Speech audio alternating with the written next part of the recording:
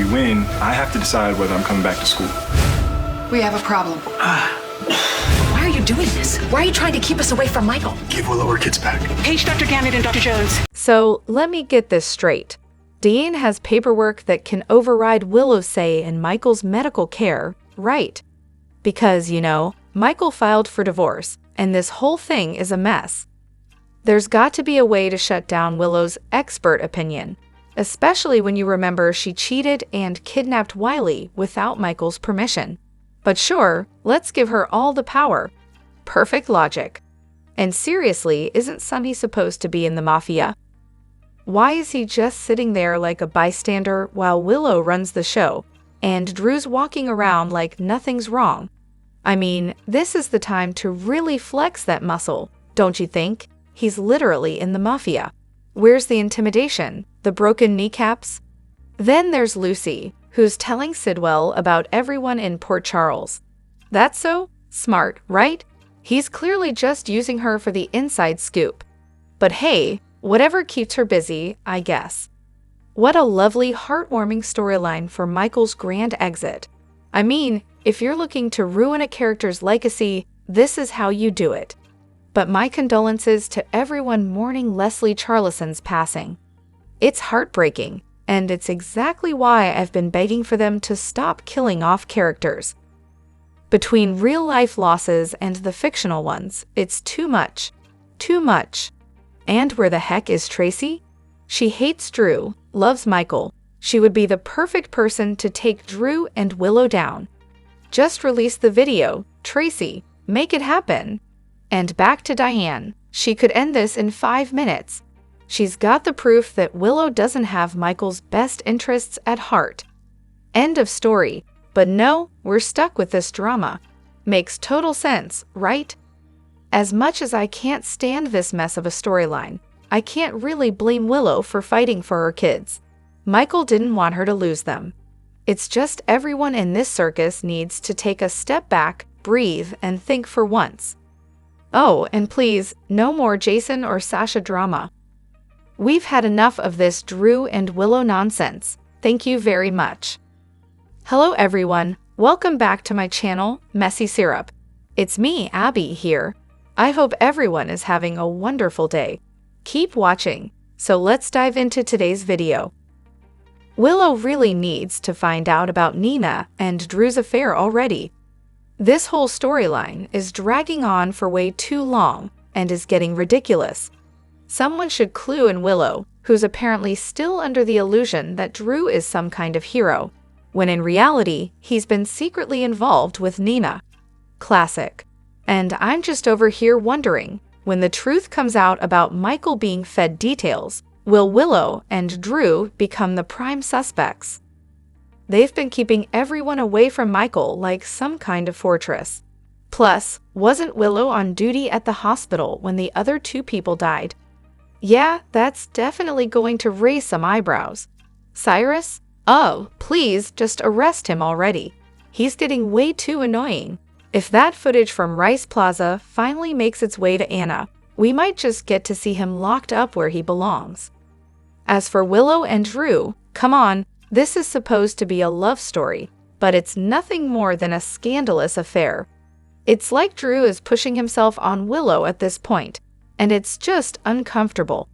Using their kids as leverage? That's next level gross. How is Drew even still being taken seriously as a spokesperson with everything going on? It's honestly baffling how open they are about their infidelity. I'm just sitting here, scratching my head. But hey, it seems the writers are really pushing this love story, no matter how problematic it is.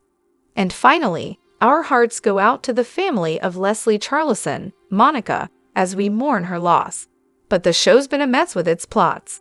Taking Willow's kids out of spite, she's always been a great mother. Carly is going to regret this storyline, especially when the truth about Michael comes out. When it does, I hope Carly does the right thing and returns those kids to Willow. Michael never wanted her to lose them in the first place. I'm still waiting for the part where the executive producer promised Michael would get a great exit for him and his family, because, honestly, all I see is Michael getting royally screwed.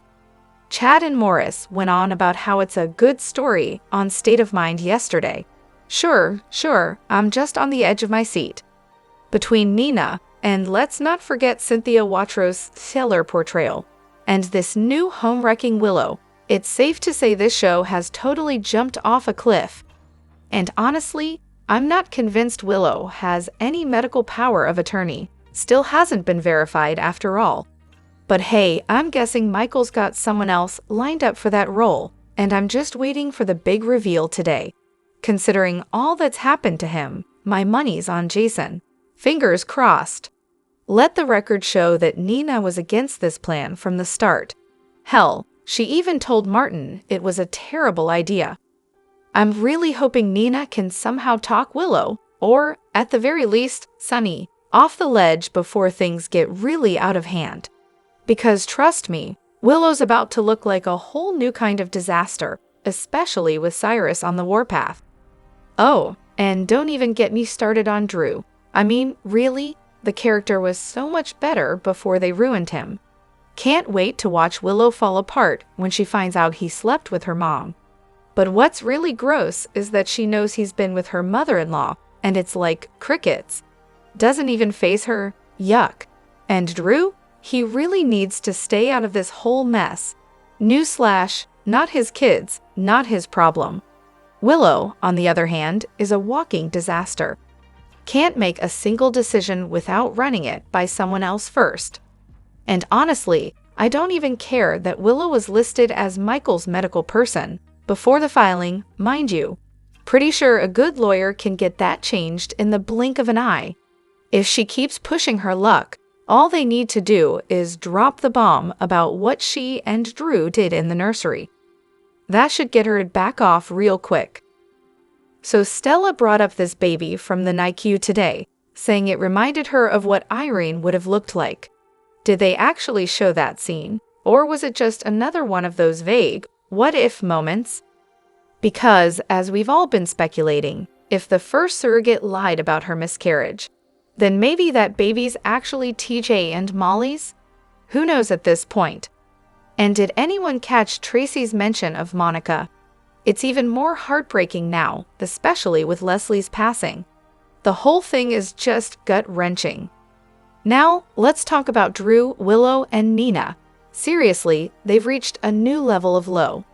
The way they're trying to blackmail Michael's parents over custody is pure manipulation. It's clear they're not thinking about Michael or the kids at all.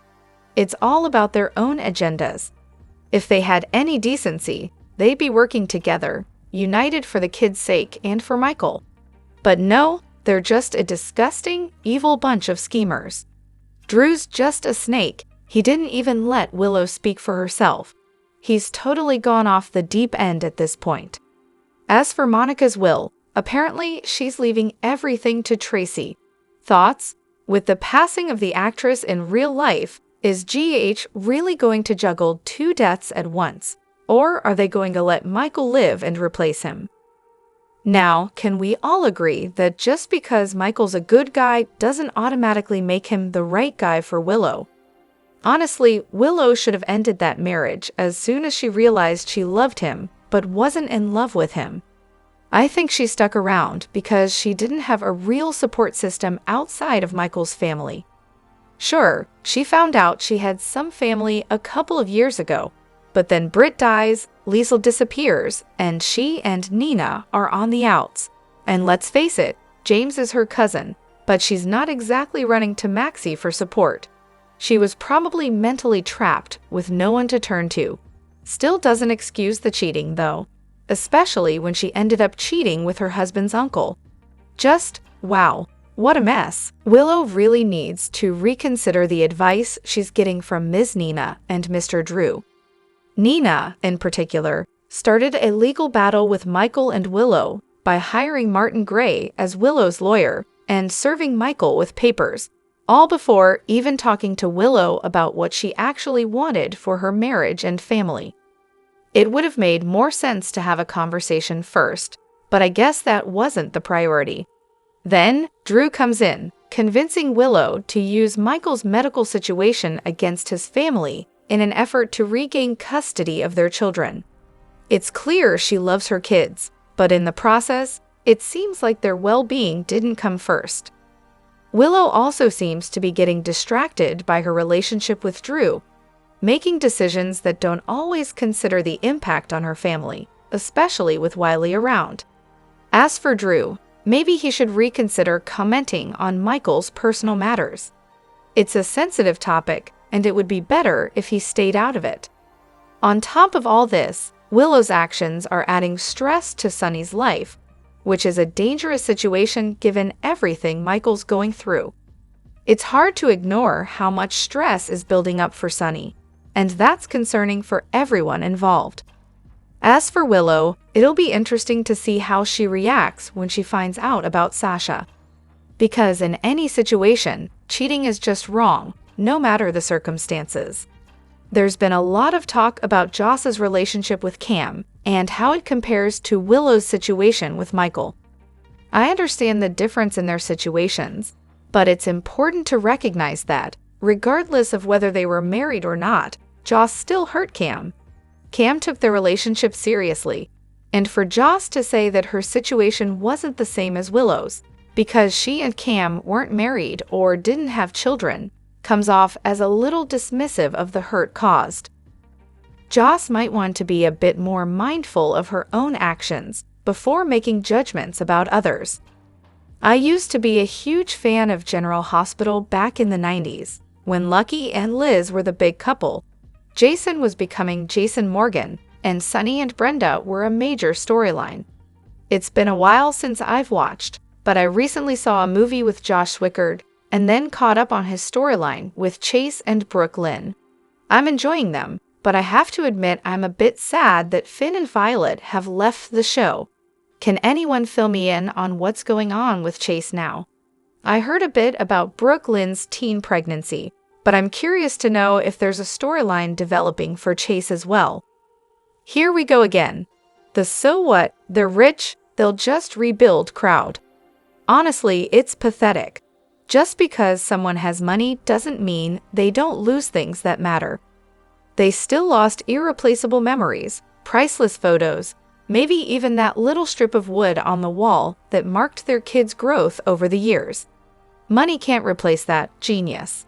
Maybe try thinking for a second. Celebrities are humans too.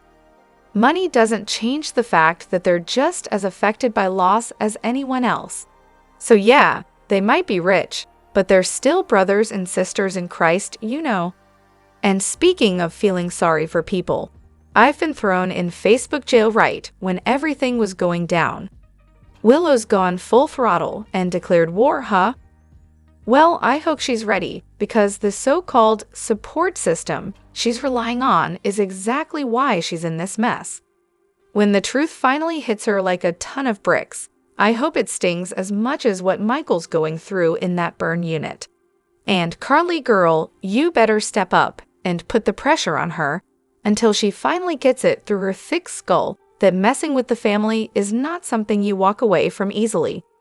Oh, and as for the filming, yeah, no updates. Thanks to the wildfires, everything's on hold, so don't hold your breath waiting for that Monica funeral or memorial. Who knows when that'll happen? What Carly really should have said to Drew was, "Excuse me? You have the audacity to blame me for this? No, Drew, this is all on you. Let's break it down, shall we? Willow wouldn't have been at Sunny's place if it wasn't for you. You're the one who invited her, who seduced her, and, let's face it, she let herself be seduced. Then there's Michael, who only ended up at his father's apartment because he was heartbroken and needed someone to talk to about his marriage. So, no matter how you spin it, Drew, the fact that Michael got hurt falls squarely on your shoulders. Honestly, Carly should have slapped him. It's been way too long since we've seen a good old-fashioned soap slap. But I digress. Michael being at Sunny's isn't anyone's fault. He was there to see his father, and frankly, it doesn't matter why. He could have been there for any reason. It wouldn't have changed a thing. Oh, and let's not forget, Drew was the one who stuck by Sunny's side when Michael was cutting him out of his life. Drew didn't just remain friends with Sunny, he actually encouraged Michael to make peace with him. So Drew can try all he wants to shift the blame to Carly, but it doesn't change the fact that he's being a giant hypocrite. His actions with Sunny don't magically erase his role in all this. And don't even get me started on Willow, who practically guilt-tripped Michael into forgiving Sunny by using her cancer as leverage. On top of Michael's pain from being ditched by Drew and Willow running off to DC, they were both pushing him to keep Sunny in his life. So, Drew, maybe take a moment to reflect on all the damage you helped cause before pointing fingers elsewhere. Sunny's successor, a topic that's been a point of contention for years. Sunny's always been adamant that he never wants his kids to follow in his mobster footsteps. But with Morris aging like a fine wine, it's becoming increasingly clear that someone needs to step up and take over the family business. So who should be the lucky here? And of course, how should this all unfold? Let's be real, Ava would be a fascinating choice. She's got the experience, not to mention a knack for convincing everyone she's a powerhouse. She already walks around with that aura of power, even if it's mostly smoke and mirrors. Of course, Sunny would never consider her. The woman's practically a walking criminal record. But then again, who better to run the show than someone who's already used to being shot at or blown up? Sunny's always refused to let his kids take over because of the dangers, but if it's someone he's kind of indifferent to, well, that might actually work in his favor. Now, if we're talking about who might actually take over, I'm betting on Christina. After losing Adela, or Irene, or whichever tragic character they pull from the archives next, something in her shifted. She could easily slip into the darkness. In fact, she'd thrive in it. Morgan and Michael, not a chance. They don't have the temperament or grit to handle the weight of the mob empire. But Christina? She'll be the face of the organization in Port Charles someday, and honestly, I might actually start paying attention if they go down that road. Drop your thoughts in the comment section below. Do you agree or disagree? Don't forget to like, subscribe, and hit the notification bell for more updates. Your opinions matter, and I will see you in the next video. Thank you.